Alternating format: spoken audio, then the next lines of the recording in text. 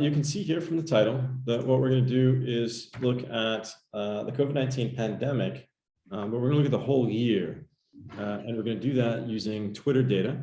This is joint work with Francesco Sarracino, Talita Greyling, who's joined us, Chiara Peroni, and Stephanie Rossouw. And we'll get started with an example of why this is important. From the recent World Happiness Report, 2021, there's a quote I've shown here.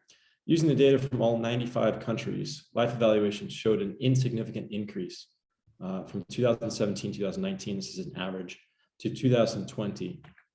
Given how all lives have been so importantly disrupted, it is remarkable that the averages are so stable. So what they're doing here is they're drawing a conclusion about what's happened in 2020, and they're doing it from the Gallup World Poll. But the Gallup World Poll is fielded once during the year. If you look at the figure on the right, this is gross national happiness. This is our data, and it is, in this case, the average of 7 European countries and throughout the whole year. If you see right in the middle of March, right after lockdown and kind of the onset of the pandemic in Europe, there was a huge decrease in gross national happiness. Whereas, so if you go approximately a little over a month later, the value has come back up.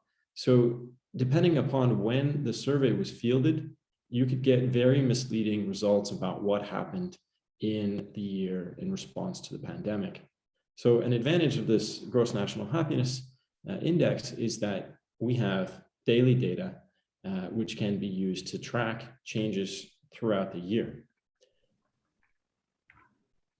More specifically, it's also produced in a real-time way. So if you go online to, I think it's gnh.today, this is Talita's website, the index is produced every hour, and it can be used by decision makers for frequent and rapid insight into what's happening in the population. So it was initiated by Talita and Stephanie for South Africa, New Zealand, and Australia. And this project extended it to include 7 European countries: United Kingdom, Belgium, Luxembourg, Germany, France, Spain, Italy. I know some of you may not consider the UK Europe anymore, but I'm thinking of the continent, not EU strictly. So we also extended it to develop new variables: economic fear, trust in national institutions, and loneliness, coming still from Twitter. So this is a nice new addition. If I have some time, I'll describe how some of that is done. And it's obtained using sentiment analysis. I think some of you are familiar with this, and I have some detail included at the end, but for sake of time, I'll skip it right now. But essentially it uses natural language processing to determine whether or not a tweet is positive, negative, or neutral, and then that's going to be aggregated up to the geographic unit and time unit. A question naturally arises, is this valid and reliable, especially when we're going to aggregate it up to the national level? Twitter is clearly not nationally representative, so we must test this to see, how valuable is this information that we're receiving. So first, I want to indicate that there have now been 5 published or forthcoming papers using gross national happiness by Talita, Stephanie, and colleagues, from journals from PLOS ONE to our own ISQual's journal, Applied Research and Quality of Life. So this is, it means there should be at least 10 peer reviewers who have signed off on the information coming from this. However, these papers, as far as I understand, are based mostly in South Africa, Australia, and New Zealand, and they're largely tweeting in English. So one of the things that's occurring in the European countries, as you can imagine, is the tweets are in various languages. Say in Germany, it's going to be dominantly German. So what we do is we do some further tests, and this gives you an idea here. So across the left, you have GNH, our gross national happiness, and across the bottom, you have the Eurobarometer life satisfaction score. And we just take GNH for the period in which the Eurobarometer was fielded, and you see that there's a decent correlation here. It's not perfect. In terms of rank, it's about 0.32. If you exclude Italy, it improves a bit. It's not statistically significant, but there are only a few countries. So we have done several additional tests, however. So here is just kind of a summary.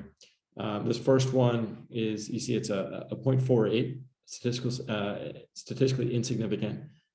Just as also, again, a cross-section across countries. So here we have all 10 countries, and we compare it with the cancer ladder from the World Happiness Report.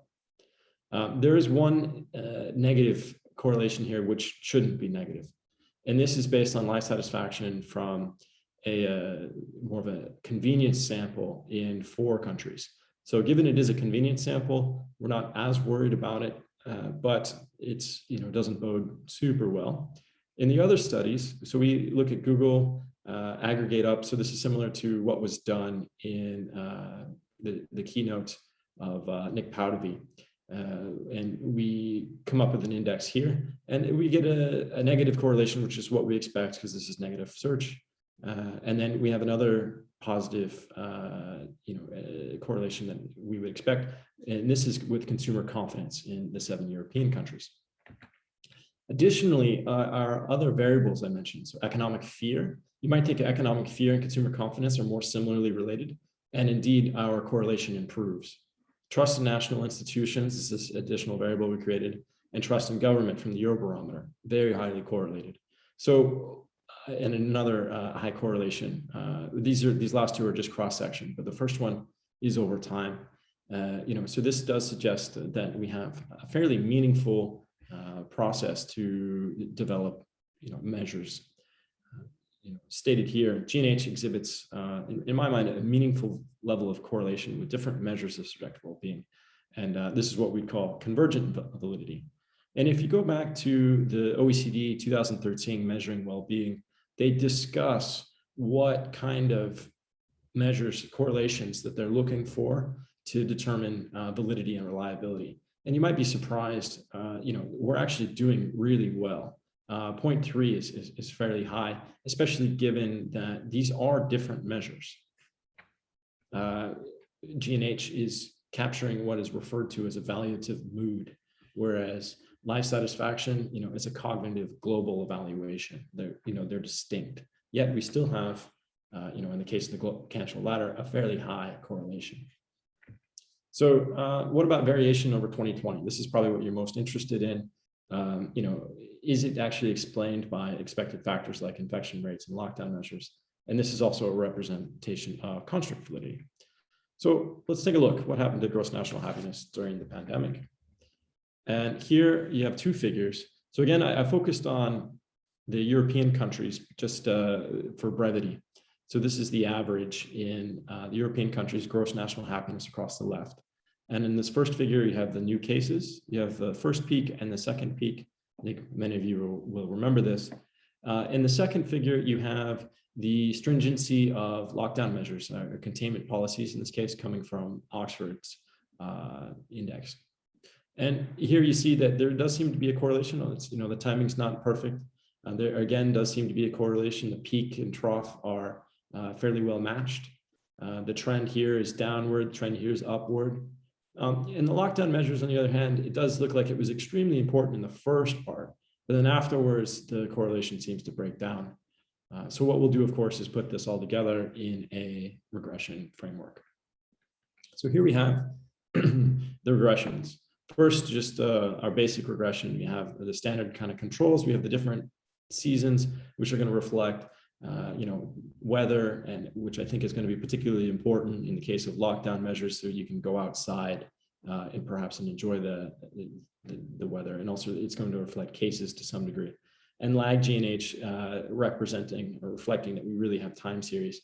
And indeed, look at the autocorrelation is really high. So just these variables also have month controls. All 10 countries are included. We have more than 80% of the variation explained. Adding in some of the more interesting ones. So what this is, IHS is this inverse hyperbolic spline. So this is going to be like the change. So this is basically like the change in log new cases. So this is statistically significant and negative, as we'd expect. Residential mobility, this is actually staying at home. So in fact, people staying at home is positively correlated with G&H. So I was thinking this, is reflecting lockdown, that this would be negative, but in fact, it's positive. Here we get a little bit of a unexpected result. So this is the future increase in stringency. So this is anticipated increase. and this is anticipated decrease. So we allow stringency to be basically its impact to be asymptotic, so these lockdown measures, and then it's the anticipation. And they both show up to be negative. However, that's going to change in the next slide. Just bringing it all in, these results basically hold. Yeah. So, and then what we had to do is drop one of the months when we include the mobility data, and this is just showing that it's essentially robust. Okay, so here now we're going to add in additional controls, basically just these emotions. So one of the things that the GNH project with Talita is producing are 8 underlying emotions. You can see them here. And what we've done is we've thrown them all in initially, and we're going to drop them as we progress. But first note, when you do that, the lag GNH term does decrease. So we are getting a lot of explanatory power coming out of this. It's not just a persistence that's working here. Also, now this coefficient is no longer statistically significant. It's not what we expect. So when you expect an increase or greater lockdown measures next week, it negatively impacts or is negatively related to your well-being, whereas this has no longer an impact. Surprise is positively related, but as you can imagine, there's going to be a great deal of collinearity here. So what I did is I dropped variables that emotions that basically had a high p-value. Note that these are bootstrapped values, so they're not standard errors. So it's a little bit different because I had to use, we clustered on country and we have a small number of countries. So after eliminating the emotions that weren't statistically important, we have disgust that remains, surprise, fear, although not statistically significant, it's about a 0.2 p-value, trust is almost significant.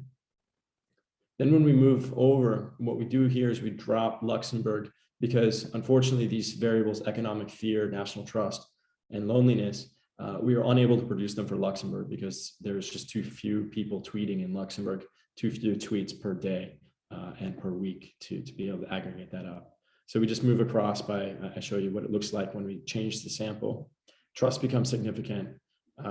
And unfortunately, these variables, which we were really interested in, part of the project was intended just to produce these variables, but they do not show up to be statistically significant once you include all of these other variables. And mobility remains significant throughout. This is staying at home. Cases maintain significance, and then anticipating an increase in lockdown is significant. So this brings us to the conclusion. I have a couple extra slides depending on time, but conclusion for now. Sentiment analysis applied to tweets provides frequent, timely, and meaningful well-being data. We had large swings in GNH that occurred rapidly around March. So an infrequent, say an annual survey could get the outcome wrong depending on when it was fielded. So the GNH adds here. And more than 80% of the variation in gross national happiness was throughout 2020 can be explained just by the persistence in lag GNH, the seasons and month controls. Increasing new cases and anticipated increases in the severity of lockdown measures are both related to lower GNH, as you might expect. And people appear to like staying at home. This is based on the Google mobility data, which is positively related to GNH. The most important emotions that we measured include disgust, surprise, and trust, and they're related to GNH in the way in which you would expect. Surprisingly, economic fear, and economic fear is a way to capture, not just let's say unemployment, but also changes in income, changes in savings. So we were really hopeful for this variable, but unfortunately didn't come through. And trust in national institutions, also there's a lot of research suggesting that is particularly relevant right now for people choosing to take the vaccine or not. Loneliness, I think, is fairly straightforward as well. So with that, thank you.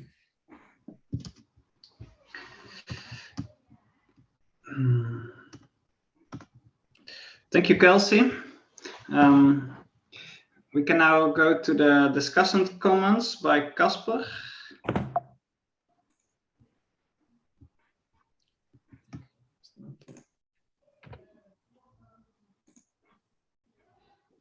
I'm trying to set things up. I'm slow in doing this. 1 second. I see we're still missing Carol. I hope everything's all right. Carol is emailing, so I'm trying to get her in now. For some reason, she cannot enter the session, so now we try it in a different way. So she's trying, and she will be here soon. Okay. I will have to, my computer tells me that I have to quit and reopen Zoom in order to share my screen. So I will be back in 1 second. I'm really sorry about this. I don't know. It might be another faster solution. Martin might make you co-host. That was my solution for my sessions when I got this. If you make the presenter co-host, then it's going faster to avoid these problems. Meanwhile, may I ask a spontaneously question what I was thinking while we are waiting? Yeah. Sure. Thank you very much. Very, very good presentation for interesting analysis. I am thinking about, I'm not questioning the method. I'm trying spontaneously to come with something else. If you do the analysis of frequently used words, which are not part of the sentimental analysis, I was thinking maybe especially during these times when are coming up very frequent words might tell us something, like the first big use when Google predict the peak of flu peak in United States before the epidemiologists did with their models. Did you understand my question? I'm thinking about statistics. If you have numbers about the most frequent words, and especially if they're coming this kind of keywords, like people are looking for different types of vaccines, for example. And so one thing is, you have what Google, you can use Google Trends to see the most commonly searched terms in a particular area and time. And then the tweets could also be assessed on the frequency of words. It's not something that we have set up at this point. That I was expecting. I told you it was a spontaneous idea because I thought that we have that time. Please take over the discussion. Thank you for letting me asking. Sure. I don't need to cut off any discussion. But maybe because I think I will raise similar things, and I'm sorry for the delay. I got a new computer and I'm not yet entirely sure how this thing works. So that being said, Kelsey, thank you so much. I actually had sent Francesco my slides in order to warn him about my criticism, but silly me didn't realize that you would be the one presenting. So now you will be unprepared. So first of all, on the good stuff. So I think this data that you're having is amazing and should be used much more frequently. And I think this is just where the field will have to go to in the space from now until in 20 years. I don't think anybody's going to use survey data in 20 years.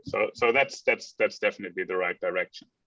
Another thing that I think makes total sense is that you're addressing a question that's key to the theme of this conference, and that's pretty much key to what subjective well-being research should contribute to the social science literature in times of COVID. Another thing that I really liked was the fact that you're not looking at a single country, because there's some other studies, for example, by Mark Fabian and co-authors that did a sort of similar thing with the UK using Google Trends data. So you might want to look at that. But I like that you push it further, going to, what was it in the end, 10 countries. And I like the fact that you are trying to validate in some way this data too, because as you might know, I'm fairly obsessed with the meaning of the data that we're using, especially when it's about subjective stuff. That being said, and now we get to my three key worries, and then I've got a bunch of nitty-gritty things that you might want to address at some later point. I have three major things. So the first one is, okay, in the paper, you sort of stress the validity test as a key contribution. But then in the main text, they don't actually turn up anywhere. They're all put to the appendix.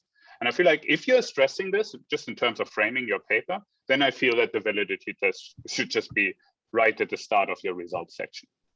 And then I thought, when I was looking at it, especially your life satisfaction sort of validation test, I think more is feasible with the available data.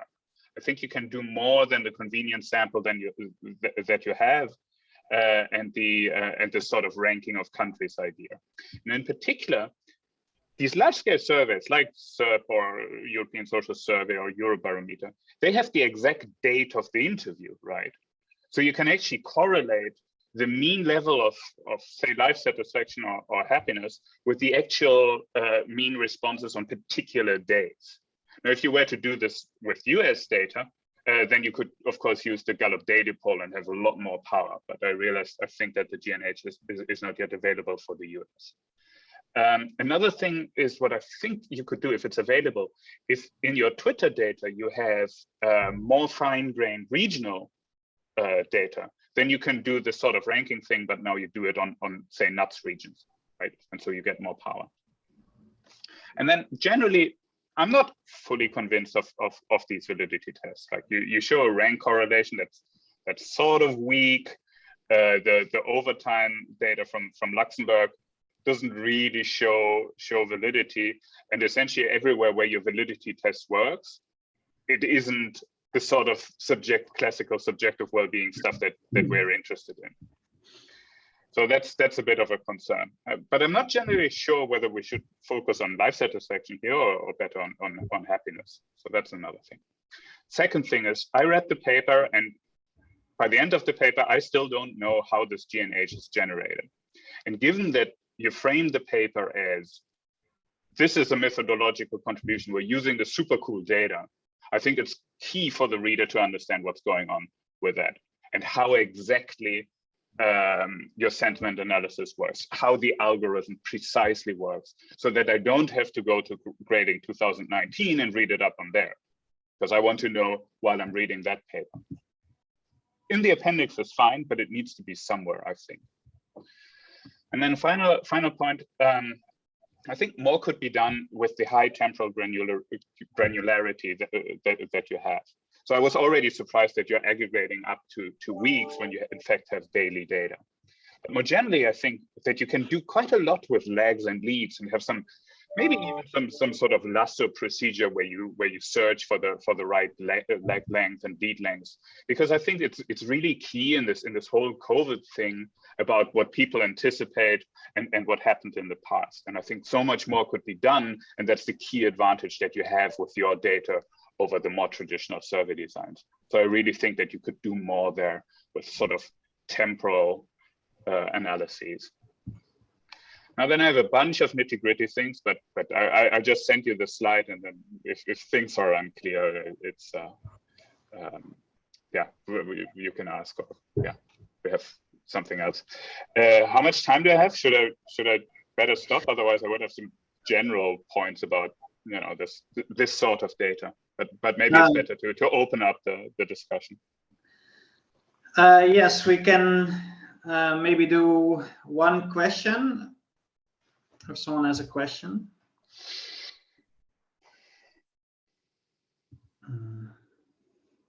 I don't see any raised hands, so if you want, you can do this, provide some additional comments, and then we move on to the next presenter. Maybe it would be even better if Kelsey has thoughts, given that he's in a much better position to give thoughts than I am. I'd be interested in that. So thank you, Caspar.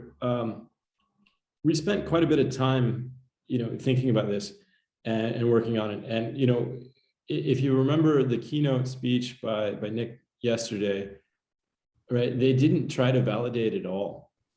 And I think most of the papers aren't trying to validate. So I think, it's really a challenge. And you're right, I did frame this presentation differently than the paper. The paper was written very rapidly to meet a deadline and hasn't been revised since. And you'll notice that there are typos in there, it has some limitations. So, one of the things that you mentioned, I like, say using the SOP and the fielding date specifically, and the Eurobarometer data, actually as an example, we don't have the field date because we don't have the microdata yet. And that's actually part of the power, right, of what we have. So, you know, if we want to do this if we want to do a methodological paper, then we wait a year until we get the micro data and we can do exactly what you suggested and we can improve upon it. Also, you know, one of the reasons why we did aggregate up to the weekly level, at least in the case of Luxembourg, is, you know, some of our data really just has some measurement error, you know, because Luxembourg has only approximately 300 tweets a day. And, you know, so we get it up to the week long, we have, you know, 2,100. And, you know, so that's one aspect. So I was a little bit more comfortable doing that. You know, so, and some of the other variables also, the searches on Google, when we were looking at that, the mobility, I also wanted to remove some of the volatility that I thought it was basically, we are getting more noise than signal, you know, in that variable. But you're right. I mean, the power of this, and one of the things that Talita and Stephanie really appreciate in the data is that, you know, you can see that people are happier on Fridays than they are on Mondays, you know. So so it's a little bit of a different focus, you know. So I appreciate this, and I look forward to looking at the slides and trying to address some of these in a little bit more detail. Also, you know, how G&H is actually constructed, this sort of stuff. I agree with you. And I'll say just one last thing. Yeah, we weren't sure what this paper was initially. We wanted to be able to refer to it in second papers so that we could say, all right, this is what was done. We did the validation in the first paper, but at the same time, we needed to speak about what happened, you know, during the pandemic. So it probably should be two separate papers, you know, as you're suggesting, in some degree. So yeah, thank you for. I look forward to reading the slides in more detail, and hopefully I addressed your points, at least initially. Okay, cool.